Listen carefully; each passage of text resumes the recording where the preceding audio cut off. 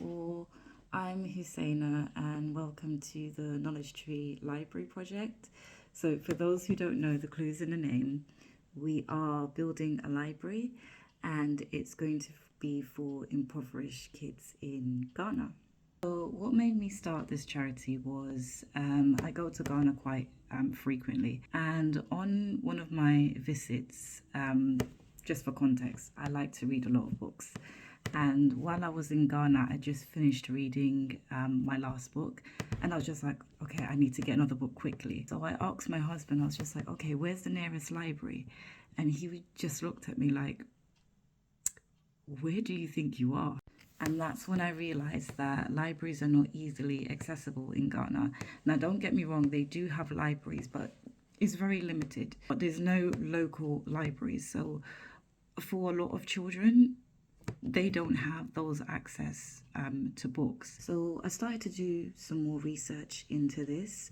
And another thing I realized is the books that the kids did have was mainly in relation to their school education. So their school textbooks, for example.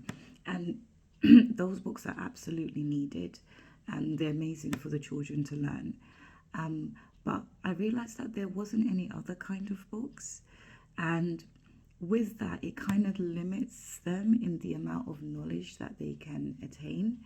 So that's another reason why I set up this charity, so that they could also have access to all kind of books in relation to their interests, to allow them to really be able to develop their passions, develop their hobbies, and just develop that creative side of them. And by exposing them to books and instilling the love of books in them from a young age, they are going to be set up for success in the future. So that's, the reason why I've decided to set up this charity. And I look forward to continuing on the journey and taking you along with me.